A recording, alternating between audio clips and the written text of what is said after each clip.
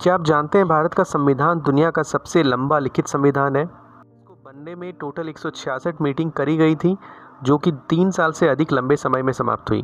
अब इतना विशालकाय संविधान है तो ये सहज बात नहीं है कि एक दिन में यह कार्य संपन्न हुआ होगा। फिर कैसे हुआ होगा इतना बड़ा संविधान का कार्य संपन्न। तो स्वागत है आपका हमारे वीडियो में, जहां हम बात करेंगे भारत के संविधान की, जो हमारे देश का सर्वोच्च कानून है। आज हम इसके निर्माण, इसके सामने आई चुनौतियों, इसके प्रमुख व्यक्तित्वों और उसे आकार देने वाली महत्वपूर्ण घटनाओं की यात्रा पर चलेंगे।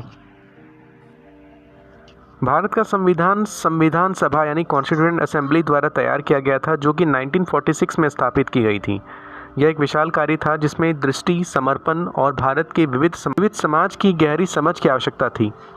सभा की अध्यक्षता डॉक्टर राजेंद्र प्रसाद ने की और डॉक्टर B.R. अम्बेडकर ने ड्राफ्टिंग कमेटी के अध्यक्ष के रूप में सेवा दी। इस प्रक्रिया में लगभग 3 साल लगे और अंतिम दस्तावेज 26 नवंबर 1949 को अपनाया गया और यह 26 जनवरी 1950 को प्रभावी हुआ, जिसे आज हम गणतंत्र दिवस के रूप में मनाते हैं। संविधान का निर्माण चुनौतियों से भरा था। देश ने अभी अभी ब्रिटिश शासन से स्वतंत्रता प्राप्त की थी और अभी प्रॉब्लम छाई हुई थी पार्टीशन की और विस्थापन की। पार्टीशन के कारण बड़े पैमाने पर ब्लडशेड हो रहे थे, कम्युनल राइट्स हो रहे थे और अभी लगभग 500 से अधिक रियासतें थी जो इंडिपेंडेंट होना चाहती थी और या तो जिन्हें यूनिफाई करना काफ़ी मुश्किल काम था, और इसका नेतृत्व कर रहे थे सरदार वल्लभ भाई पटेल। प्रथम विश्व युद्ध और द्वितीय विश्व युद्ध के कारण ब्रिटिश साम्राज्य, जो कि डायरेक्ट वर्ल्ड वॉर में इन्वॉल्व थे, जिसके कारण इंडिया पर काफ़ी गहरा प्रभाव पड़ा। इसके इंडिया के रिसोर्सेज पर काफ़ी इसका इफ़ेक्ट पड़ा और जिसके कारण जो स्वराज की जो मांग थी वो बार बार दबाई जा रही थी ब्रिटिश सरकार अधिकारियों द्वारा। अब हम बात करेंगे उन महत्वपूर्ण घटनाओं की जिन्होंने भारतीय संविधान की मांग को जगाया। चलिए शुरू करते हैं। तो पहला कदम था 1773 का रेगुलेटिंग एक्ट। इसने भारत में ब्रिटिश रूल के लिए एक सेंट्रलाइज्ड एडमिनिस्ट्रेशन की शुरुआत की। इससे हमें एक संगठित लीगल फ्रेमवर्क की रिक्वायरमेंट महसूस हुई।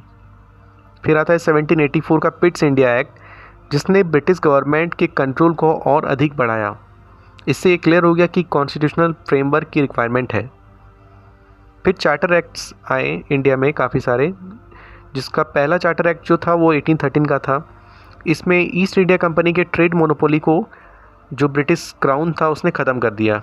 इससे लोगों को फील हो गया कि रिफॉर्म्स तो होते हैं गवर्नमेंट, अगर एक स्टेबल गवर्नमेंट हो तो उसमें रिफॉर्म्स हो सकता है, तो इसमें ऑर्गेनाइज्ड गवर्नेंस की डिमांड उठी। उसके बाद थी 1833 के चार्टर एक्ट। तो इसमें जो ईस्ट इंडिया कंपनी थी उसको ट्रेडिंग कंपनी के टैग को हटा के, या कह सकते हैं उसको प्रमोट करके, वो एडमिनिस्ट्रेटिव एंटिटी उन्होंने बना दिया और इसमें एडमिनिस्ट्रेशन को सेंट्रलाइज्ड कर दिया और इसमें नए लॉस कोडिफिकेशंस किए गए। तो ये एक काफ़ी इम्पॉर्टेंट फैक्ट और इवेंट था जिसमें लोगों को फील हुआ कि उन्हें भी एक स्टेबल गवर्नमेंट चाहिए जो लीगल हो, जो डॉक्यूमेंट्स बेस्ड हो। फिर 1853 की जो चार्टर एक्ट थी उसमें काफ़ी ज़्यादा उसमें चेंजेस हुए, लाइक लेजिस्लेटिव और एक्सिक्यूटिव फंक्शन को उन्होंने अलग किया। फिर एक ऑर्गेनाइज्ड गवर्नेंस और एक कॉन्स्टिट्यूशन वाली चीज़ों का लोगों में काफ़ी ज़्यादा डिमांड बढ़ गया। 1858 जो ईयर था वो उसमें गवर्नमेंट ऑफ इंडिया एक्ट आई, जिसके through direct British rule India पे एक्ट हो गई, यानी कि डायरेक्ट क्राउन का रूल इंडिया पे एक्ट हो। इसके बाद इंडियन काउंसिल एक्ट्स आए, लाइक 1861 में लेजिस्लेटिव प्रोसेस एंड 1892 में उन्होंने इनडायरेक्ट इलेक्शंस को इंट्रोड्यूस कराया। इससे लोगों में डेमोक्रेटिक की फीलिंग, रिप्रेजेंटेटिव गवर्नेंस की फीलिंग, कॉन्स्टिट्यूशन जैसे आइडियाज़ उनको काफ़ी ज़्यादा उनके दिमाग में आने लगे और जिसके बाद एक काफ़ी ज़्यादा प्रोवोक मिला कि वो एक कॉन्स्टिट्यूशन की डिमांड करने लगे। जब इलेक्टोरेट की डिमांड की गई तो 1909 यानी 1909 में मॉर्ले मिंटो रिफॉर्म ब्रिटिश ने इंट्रोड्यूस किया, जिसमें सेपरेट इलेक्टोरेट का कॉन्सेप्ट उन्होंने दिया, जिसका मतलब है कि अगर मुस्लिम कैंडिडेट अगर इलेक्शन में खड़े होते हैं तो केवल मुस्लिम लोग ही उन्हें वोट कर सकते हैं। तो ये एक तरीका था उनका कम्युनल राइट को बढ़ाने का, डिवाइड एंड रूल करने का। जो इंडियन नेशनल कांग्रेस थी वो 1885 में फॉर्म हो चुकी थी, तो 1906 में यानी 1906 में उन्होंने अपना पहला प्रपोजल रखा जिसमें इनडायरेक्टली उन्होंने स्वराज की मांग की थी।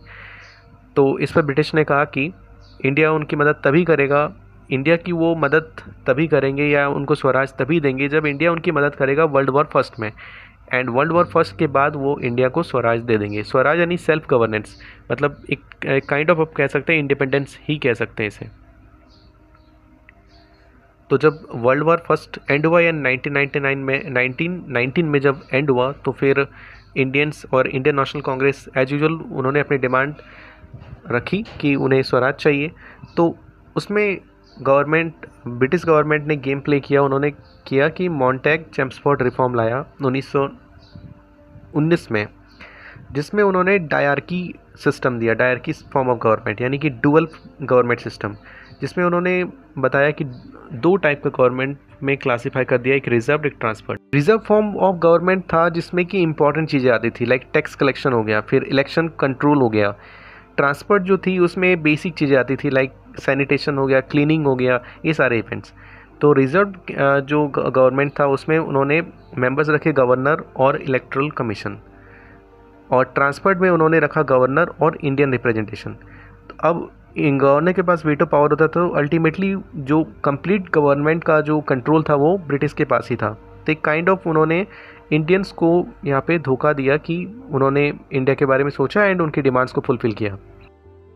फिर 1935 में गवर्नमेंट ऑफ इंडिया एक्ट आती है, जो ने प्रोविंशियल ऑटोनॉमी और फेडरल स्ट्रक्चर का प्रस्ताव रखा।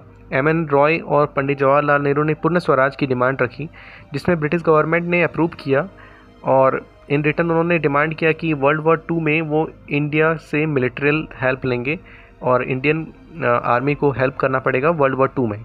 India was ready for that, लेकिन उन्होंने जो अप्रूव किए, लाइक पूर्ण स्वराज एक्सेप्ट किया, बट उन्होंने उसे इनेक्ट नहीं किया।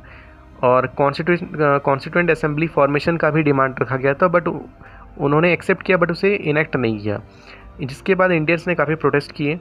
और क्योंकि बिकॉज एक बार ब्रिटिश से एक बार धोखा मिल चुका था वर्ल्ड वॉर फर्स्ट के टाइम, तो वो उसे रिपीट नहीं करना चाहते थे। तो इसके बाद वर्ल्ड वॉर सेकेंड स्टार्ट हुआ था 1939 में। उसके बाद क्रिप्स कमीशन आती है 1942 में, जो इंडियन डिमांड्स को अप्रूव करती है और कॉन्स्टिट्यूएंट असेंबली बनाने के लिए या फिर पूर्ण Swaraj, Indian dominion status, princely status को फ्रीडम मिला, लाइक वो ज्वाइन होना चाहते हैं या सेपरेट होना चाहते हैं, बट साथ में कंडीशन रख दी कि कॉन्स्टिट्यूशन बनने तक इंडियन डिफेंस ब्रिटिश के अंदर रहेंगे और गवर्नमेंट जनरल चेंज नहीं होगा। अब क्रिप्स कमीशन थी ठीक ठाक, बट ये फेल हो गई। क्यों फेल हुई? इसके 2 रीज़न थे। पहला, इंडियन नेशनल कांग्रेस नहीं चाहती थी कि प्रिंसली स्टेट जो है वो अपनी मनमानी करे, और दूसरा था कि मुस्लिम लीग वो union, India as a union नहीं चाहती थी। वो चाहते थे कि उनको एक सेपरेट स्टेट और सेपरेट स्टेटस मिले।